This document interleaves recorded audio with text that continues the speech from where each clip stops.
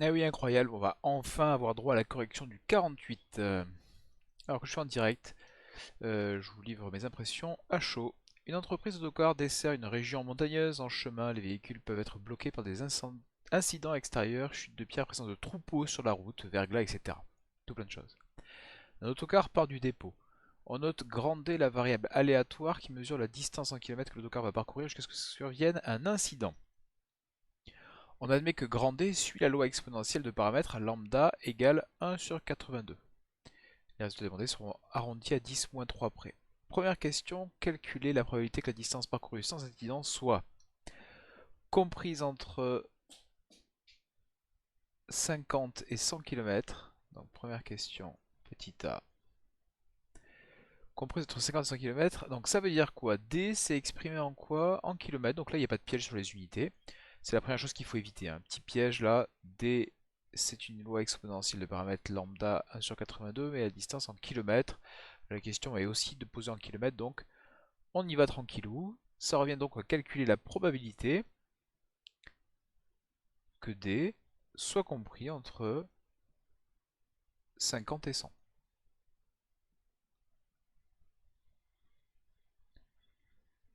Sauf que on sait que D suit une loi exponentielle de paramètres lambda.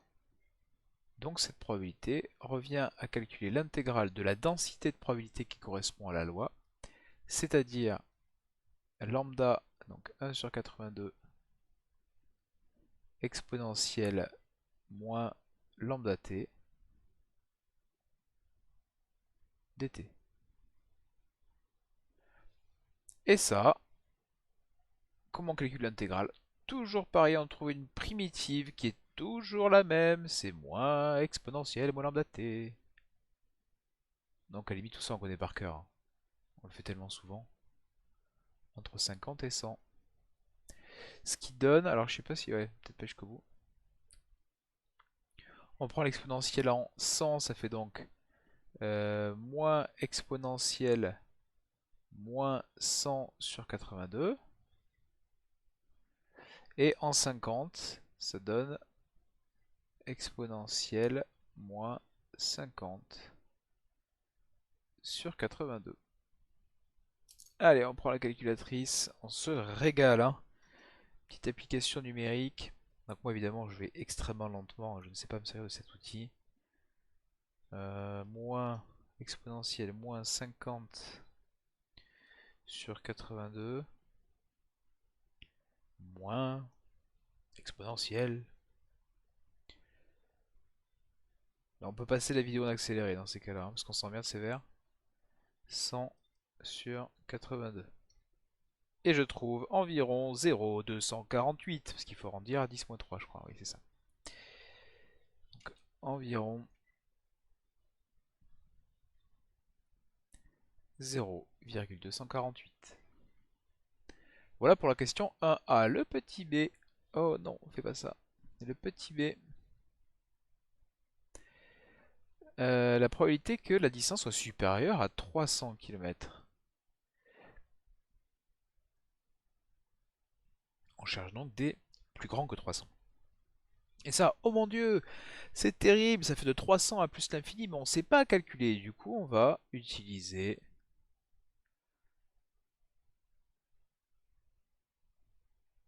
l'argument probabiliste suivant, c'est que la probabilité de A, c'est 1 moins P de A bar, et le contraire de D, plus grand que 300, c'est plus petit que 300. Mais attention, comme on travaille avec une loi exponentielle, on a D qui est compris donc entre 0 et 300. Donc j'ai rajouté le 0 ici, non c'est moche. On peut faire des trucs moches, mais là c'est vraiment trop moche. Voilà, entre 0 et 300, c'est mieux.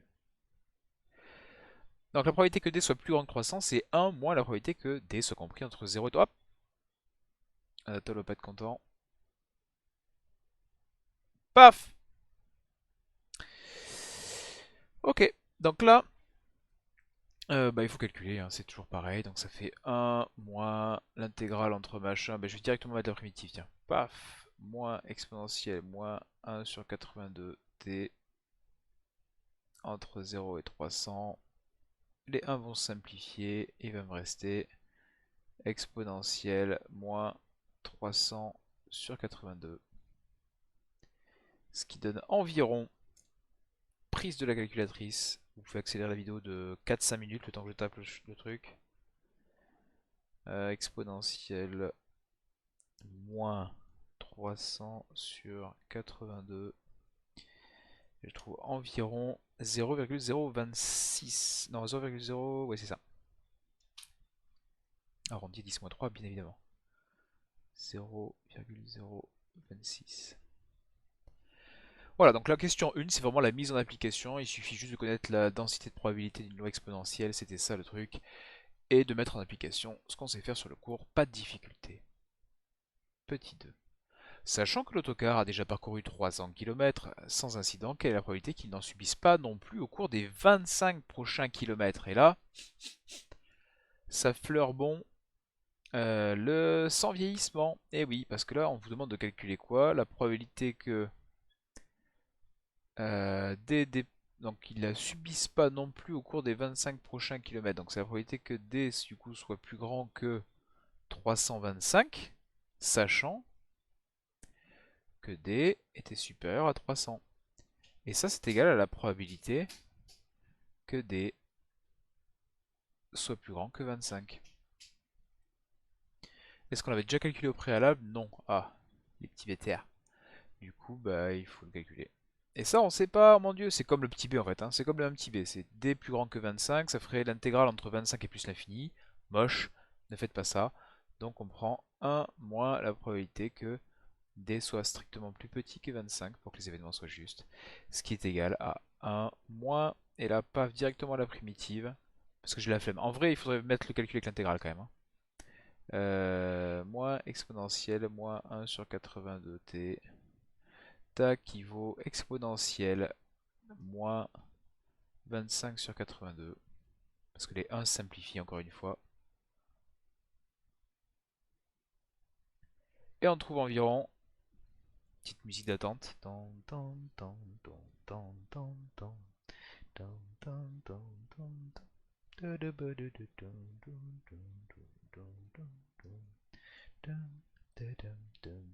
Zéro virgule 737.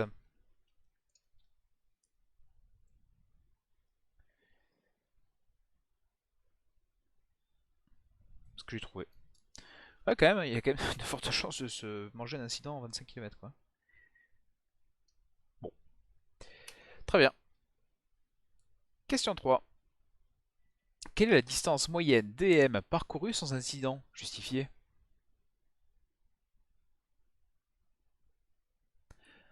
Euh...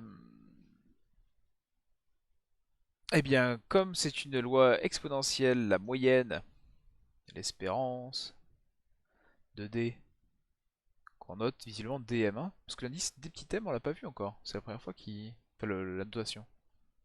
Ouais, donc la distance moyenne, c'est-à-dire l'espérance de d qu'on notera plus tard visiblement d petit m, ça vaut 1 sur lambda. C'est-à-dire 1 sur 82, c'est-à-dire 82. Donc en moyenne, donc la justification c'est car loi exponentielle, hein. Car loi expo, voilà, machin. C'est le théorème que j'ai démontré dans la précédente vidéo.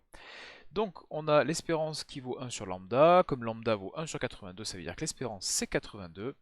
Donc ça veut dire quoi? On fait une petite phrase réponse. Là il est marqué, je l'écris vite fait. Voilà. Là il est marqué que en moyenne, le véhicule parcourt 82 km sans incident. Ça fait une tuile tous les 82 bornes, en moyenne c'est pas ouf quand même. Question 4. L'entreprise possède 87 autocars, les distances parcourues par chacun d'eux sont des variables aléatoires de même loi exponentielle vue ci-dessus. Donc toujours la même loi qu'on répète. Les incidents qui peuvent survenir en autocar sont indépendants les uns des autres. Oh, mon dieu, on répète une expérience et en plus ces expériences sont indépendantes les unes des autres. Pour tout nombre d positif xd, désigne la variable aléatoire qui donne le nombre d'autocars n'ayant subi aucun incident après avoir parcouru des kilomètres. Quelle est la loi de la variable aléatoire x dm? Alors, hop, on gomme tout ça.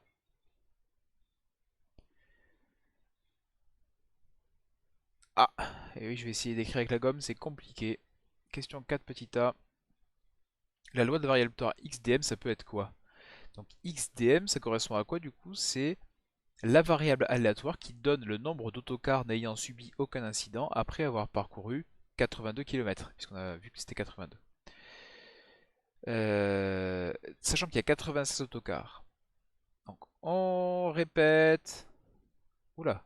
Répète 96 fois la même expérience aléatoire. De manière identique et indépendante. De manière identique et indépendante. C'est marqué comme ça. Euh, Qu'est-ce qu'il faut dire encore? La probabilité de succès.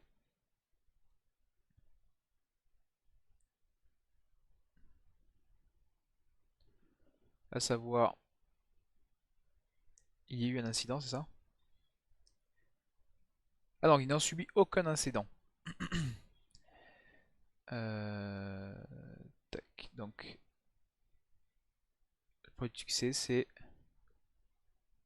pas d'incident.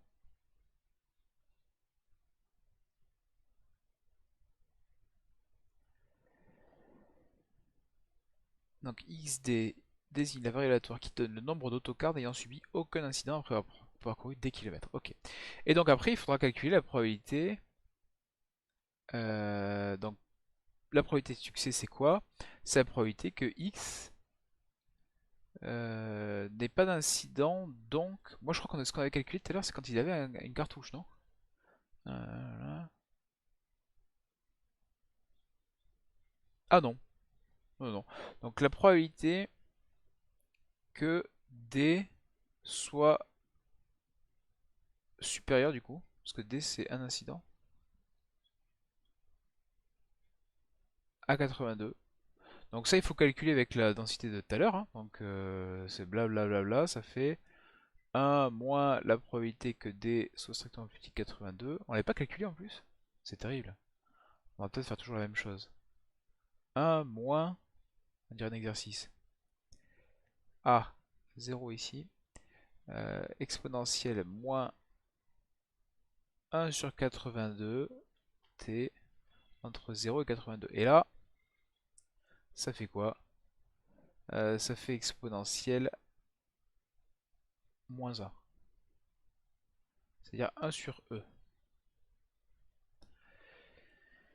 Donc la probabilité de succès, c'est 1 sur E d'une variable, d'une expérience aléatoire qu'on répète 96 fois de manière identique et indépendante. Donc en fait, on a une loi binomiale de paramètres. Ah oui, non, oui, pardon, j'ai pas dit, mais XDM compte, c'est hyper important, le nombre de succès, faut le dire aussi. Ouais, j'espère que c'est assez brouillant pour vous, hein. Là, ça part en sucette dans tous les sens. Si vous suivez, tant mieux. Donc d'abord, on dit pourquoi c'est une loi binomiale. C'est une loi binomiale pourquoi? Parce qu'on répète toujours la même épreuve, la même expérience aléatoire. Cette expérience aléatoire a deux issues possibles. Soit il n'y a pas d'incident, soit il y a un incident. La probabilité de succès, on vient de la calculer ici, ça fait 1 sur E. Donc en fait, on a complètement mis en place une loi binomiale puisque XDM compte le nombre de succès. En fait, il compte le nombre d'autocars qui n'a pas eu d'incident. Donc loi binomiale de paramètres. Plus ça va, moins j'écris bien en fait. Plus j'écris mal, c'est pareil, hein. Loi binomiale de paramètres n égale 96 répétitions et la probabilité de succès égale 1 sur E. Et il manque la question 4b, oui, parce que j'ai eu la flemme de faire une autre photo, copier-coller tout ça montage. Donc la dernière question c'est quoi? Quel est à une unité près le nombre moyen d'autocars n'ayant subi aucun incident après avoir parcouru dm km? On nous demande donc l'espérance. Et là on sait que l'espérance d'une loi binomiale de paramètres np, l'espérance d'une loi binomiale de paramètres np, c'est égal à n fois p, c'est-à-dire 96 fois 1 sur E. Et on nous demande à l'unité près, oui, parce que des tiers d'autocar, c'est bizarre. Encore une petite pause parce qu'on tape à la calculatrice. 96 divisé par E, ça nous donne environ 35,3, c'est-à-dire qu'on va arrondir à 35.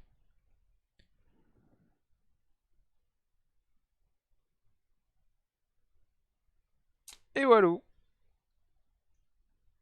Incroyable. Fin de l'exercice. Si vous avez des questions, n'hésitez pas à les poser sur le Discord ou autre. En attendant, portez-vous bien et bon courage pour ce confinement qui n'en finira pas probablement.